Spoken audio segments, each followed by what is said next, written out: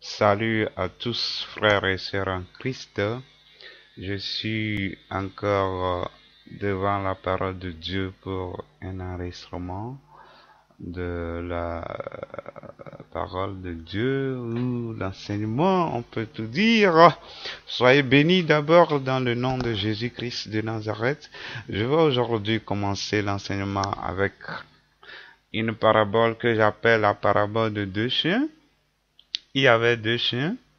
Et les deux chiens se nourrissaient d'une mauvaise nourriture, raison pour laquelle ils tombaient souvent malades et ils étaient laids. Leur maître n'avait pas les moyens pour leur donner de la bonne nourriture. Et il y eut une guerre entre le maître de ces chiens et un monsieur dont je vais taire le nom pour le moment. Le monsieur a vaincu le maître de ses chiens. Ce monsieur a pris ces deux chiens et a décidé de leur donner de la bonne nourriture. Un chien s'appelait CC, un autre chien s'appelait CS. Voilà. L'autre chien s'appelle CC et l'autre chien s'appelle CS. Le chien CC, malgré la bonne nourriture que ce monsieur lui donne, retourne encore chez son ancien maître misérable pour manger encore la mauvaise nourriture. Et ça fait qu'il avait l'air bizarre. Mais le chien CS a décidé de savourer la bonne nourriture de son nouveau maître. Et le chien CS est devenu joli, il est en bon point à cause de la bonne nourriture. Et comme le chien CS mangeait de cette bonne nourriture chez son nouveau maître, il a commencé par se comporter comme les hommes. Mais le chien CC a gardé toujours le comportement des chiens. Maintenant, je vais vous donner l'identité de ces deux chiens. Les deux chiens, ce sont les païens que j'appelle les deux chiens. Jésus l'a dit que à cette femme, c'est pas syro-phénicienne ou cananéenne, j'oublie qu'il n'est pas bon de prendre la nourriture des enfants pour les donner aux chiens. Donc, il a appelé les païens chiens. Donc, c'est les païens que j'appelle ici chiens. Et le chien CC, c'est qui? C'est chrétien charnel. C, chrétien et C, charnel. Et le chien CS, c'est les chrétiens spirituels. C, c'est chrétien et S, c'est spirituel. Donc, je disais que les deux chiens, c'est les païens. Le chien CC, c'est les chrétiens charnels. C'est-à-dire, il est devenu chrétien charnel de païen, il est devenu chrétien charnel. Le chien CS, c'est le chrétien spirituel qui ne fait que savourer la nourriture de son nouveau maître. Vous-même, vous avez déjà la réponse concernant le nouveau maître, c'est Jésus-Christ. Et leur ancien maître, c'est Satan. Donc c'est Satan qui était le maître de ces deux chiens-là.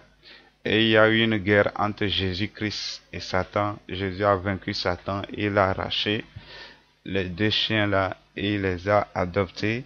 Il leur donne la bonne nourriture. Et la bonne nourriture, c'est la parole de Dieu.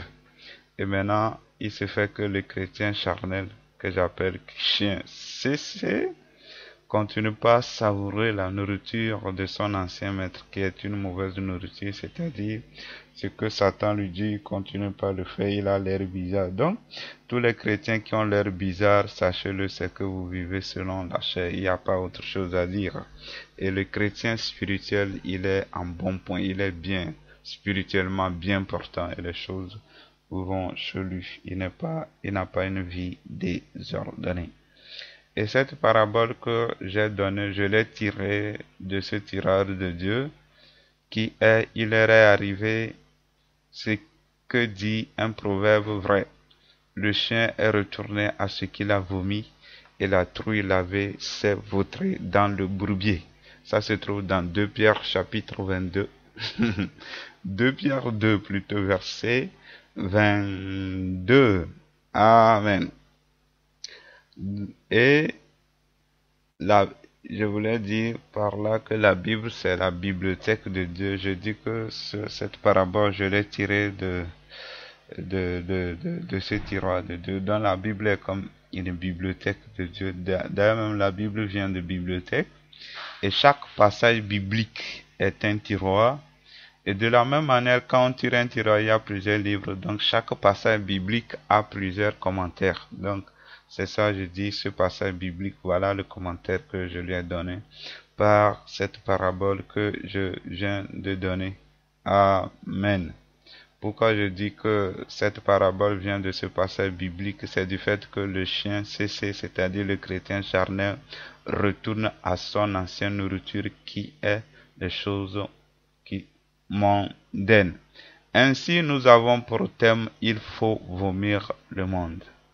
Chers frères et sœurs en Christ, je voudrais vous lancer un appel, c'est que nous devons avoir la nausée du monde et nous devons vomir le monde.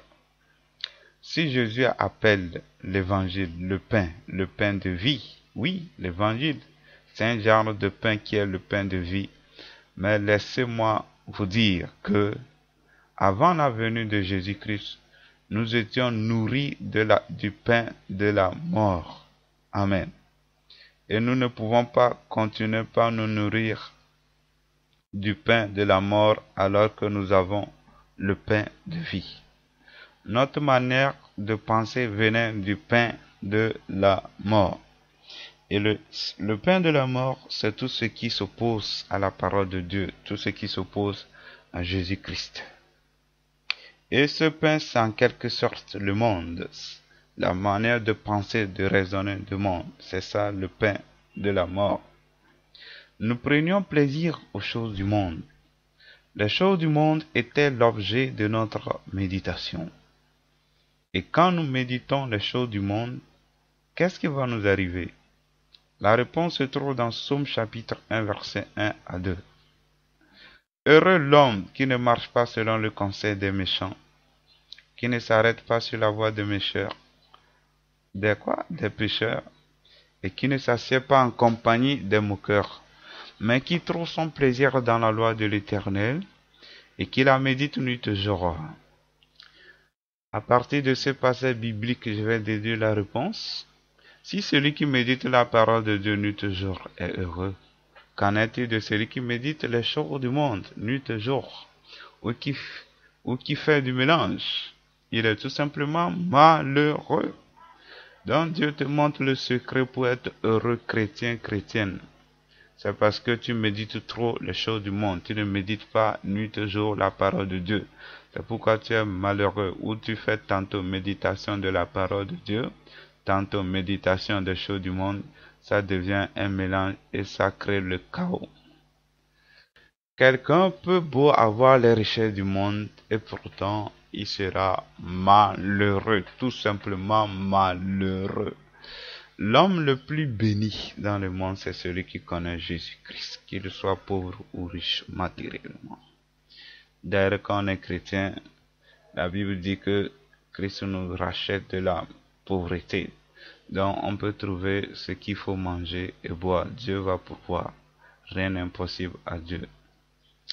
Et personne ne peut manger à la table du Seigneur et à la table des démons. C'est de l'adultère. Imagine que tu es marié à la maison, tu ne dis rien à ton mari sort au bord de la route, il te voit, toi, une femme, assise avec un monsieur, vous êtes en train de manger, de boire, en train de causer. Que va-t-il dire?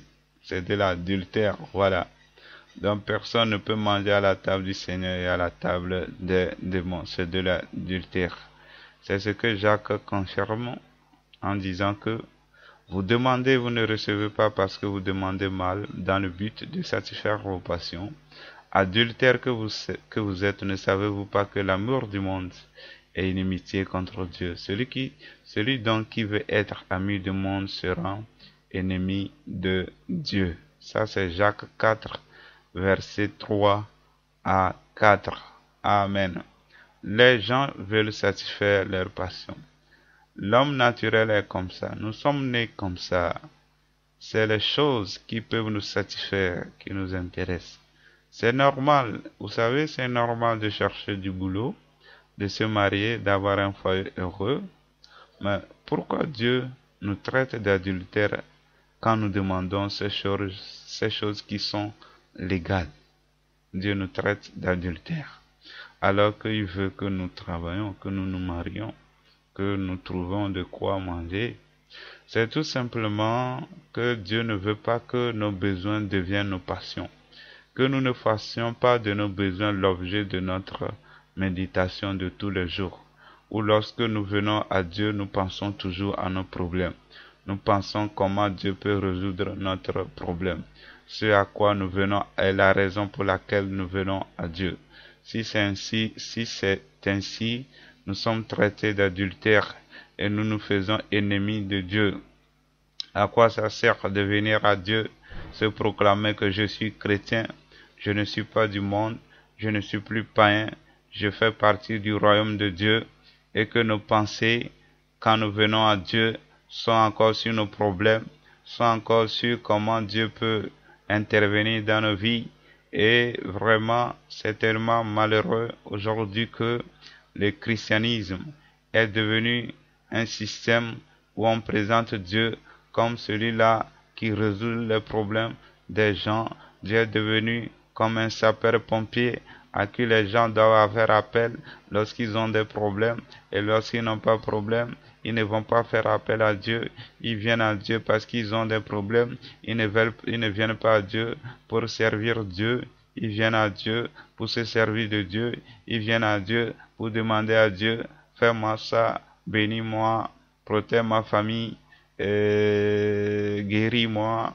C'est la raison pour laquelle les gens viennent à Dieu, comme Jésus a repris les gens qu'il avait nourris du pain, que vous êtes venus encore à moi, pas parce que vous avez vu les miracles, mais parce que vous avez mangé du pain. Jésus ne veut pas que les gens viennent à lui parce qu'ils ont mangé du pain. Jésus ne veut pas que les gens viennent à lui parce qu'il est guéri. Jésus ne veut pas que les gens viennent à lui parce qu'il délivre des démons. Jésus ne veut pas que les gens viennent à lui parce qu'il fait tant. Mais il veut que les gens viennent à lui parce qu'il donne la vie. Les gens viennent à lui pour le servir. Les gens viennent à lui pour lui demander que veux-tu que je fasse. C'est des gens comme ça. Jésus-Christ est en train de chercher. Vous voyez ces gens-là, quand Jésus les a nourris du pain, ils se sont dit, ah voilà, c'est le bon moment de faire économie de notre argent. Nous n'allons plus acheter le pain. Dans le matin, comme ça, quelqu'un fait le thé, il ne va plus acheter le pain, il va courir aller Jésus. Jésus est devenu le grand boulanger qui distribue gratuitement du pain. Donc Jésus est devenu distributeur automatique de pain pour que les gens économisent leur argent. Jésus n'est pas ça, il ne veut pas ça, il ne s'intéresse pas à des gens comme ça. Il a dit, si quelqu'un veut venir à moi, qui renonce à lui-même, qui renonce à ses projets, qui renonce à ses pensées, qui renonce aux soucis du monde, et qu'il accepte de porter la croix, qu'il accepte de suivre Jésus sans condition, peu importe ce qui se passe, je veux te suivre, je veux faire ta volonté, je veux toujours être à tes côtés, même s'il y a les difficultés, je suis à tes côtés, comme Pierre l'a confessé. À qui irons-nous? Parce que c'est toi qui as les paroles de la vie. Il faut venir à Jésus parce qu'il a les paroles de la vie éternelle. À quoi servirait-il à un homme d'être nourri par Dieu sur la terre et après tout perdre son âme? C'est pourquoi il est prioritaire à Dieu de chercher le salut de nos âmes. Et Dieu veut que nous venions à lui sur cette base, qu'il puisse vraiment, que nous puissions être sauvés lorsque Jésus va revenir. Jésus a dit, et ceux qui vont persévérer vont sauver leur âme. Donc Jésus s'inquiète à notre âme. Cela lui est important parce que notre passage sur la terre est passager, est temporaire. Alors il faut que pendant notre parcours terrestre, que nous puissions avoir notre nom conservé dans le livre de vie. C'est le grand objectif pour lequel Jésus-Christ est venu. Jésus-Christ n'est pas venu dans le monde parce que les femmes ont des problèmes au foyer, parce que certaines femmes disent que avant la venue de Jésus-Christ, les femmes n'ont pas le droit de parler. Maintenant, Jésus est venu pour que les femmes, pour réclamer le droit des femmes. Donc, Jésus est venu pour vous, les femmes, et nous, les hommes, qu'allons-nous faire? Donc, nous sommes foutus, ça. C'est pourquoi beaucoup de femmes vont plus à l'église. Non, ce n'est pas ça.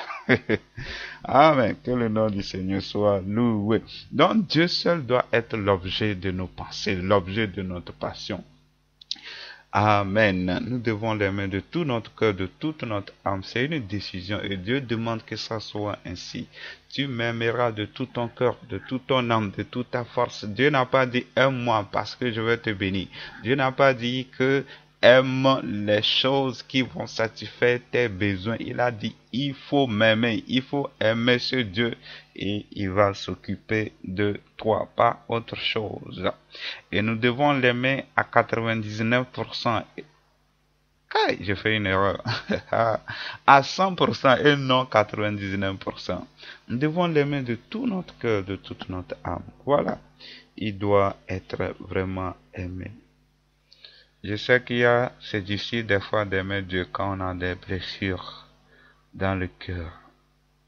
C'est difficile quand on est maudit.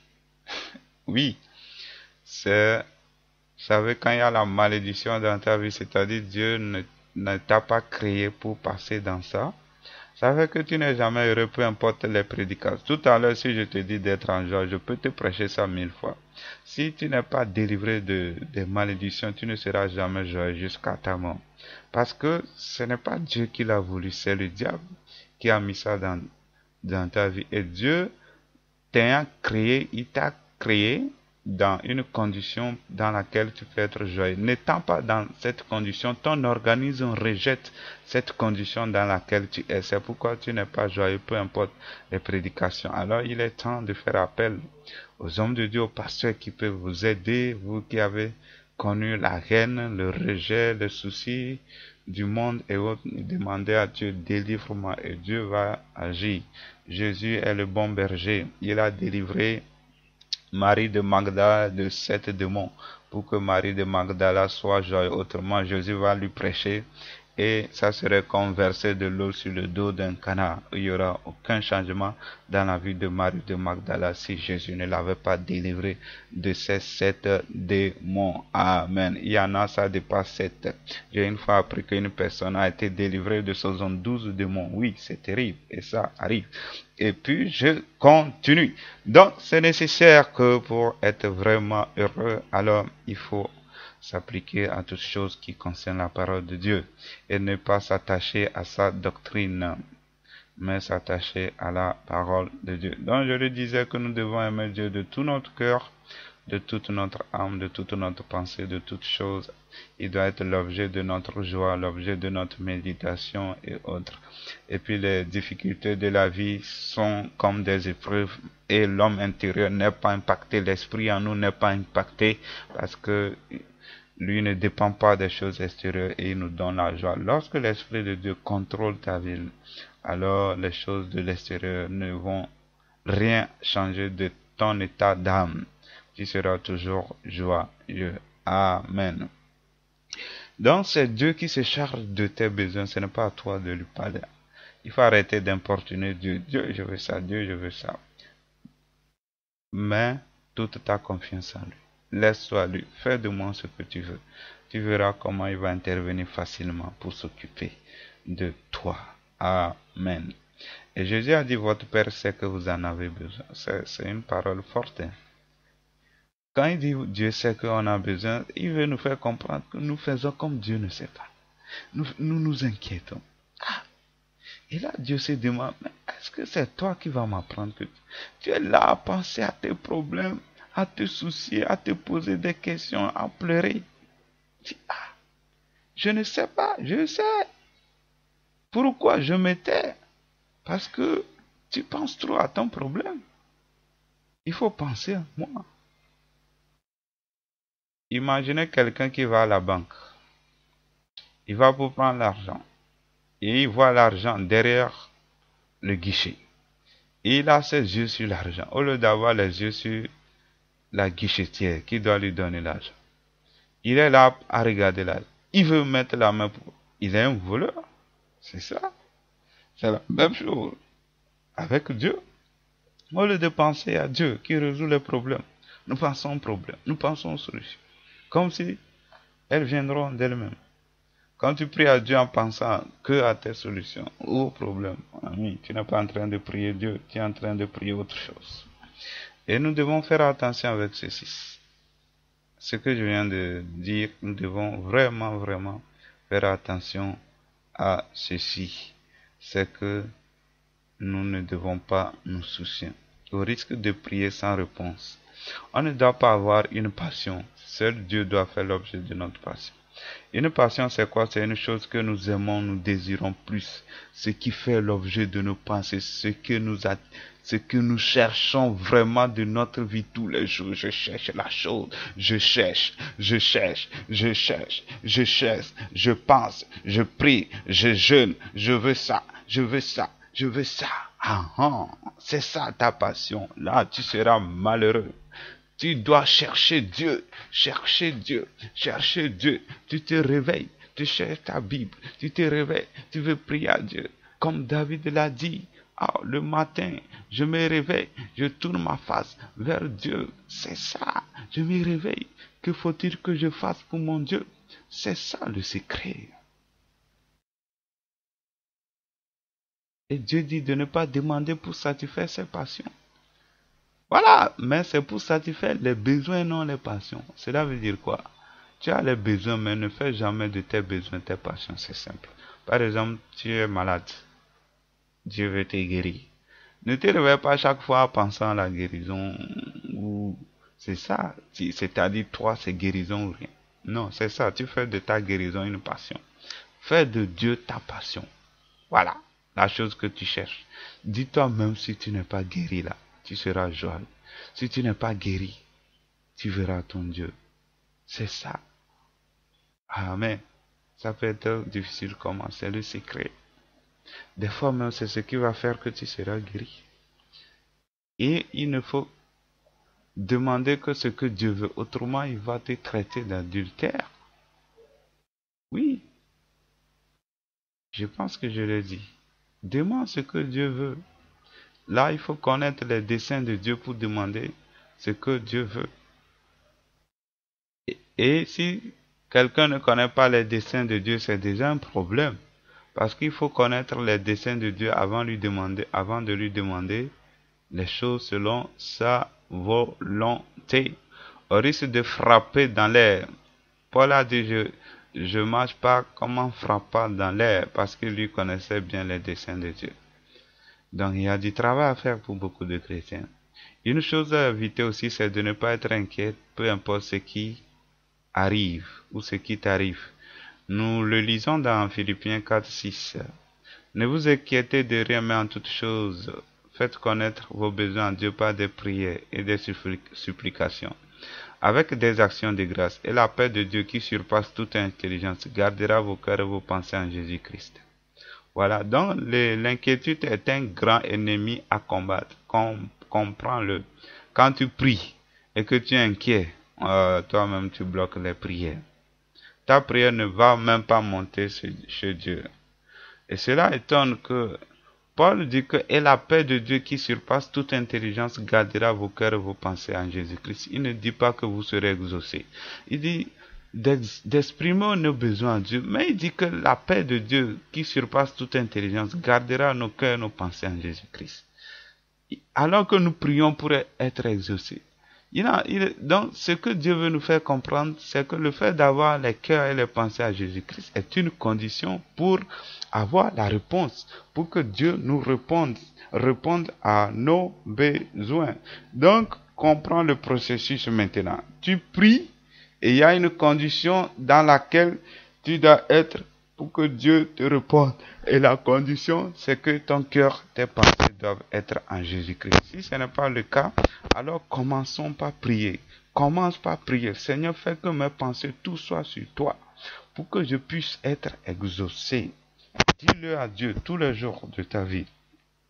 Et tu verras que Dieu, il est prêt, il va te le faire et tu seras vraiment heureux. Amen.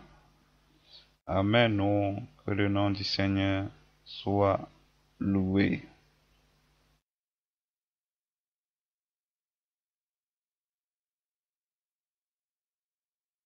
Et si tu es inquiet, il ne faut pas s'attendre que tu vas obtenir quelque chose de Dieu. Et Jacques dit qu'une telle personne ne s'attende pas d'obtenir quelque chose chez Dieu. Si tu es inquiet, ne t'entends pas que tu vas obtenir quelque chose chez Dieu. Que rien ne te trompe. Tu dois prendre une décision ferme. Il faut repousser l'inquiétude.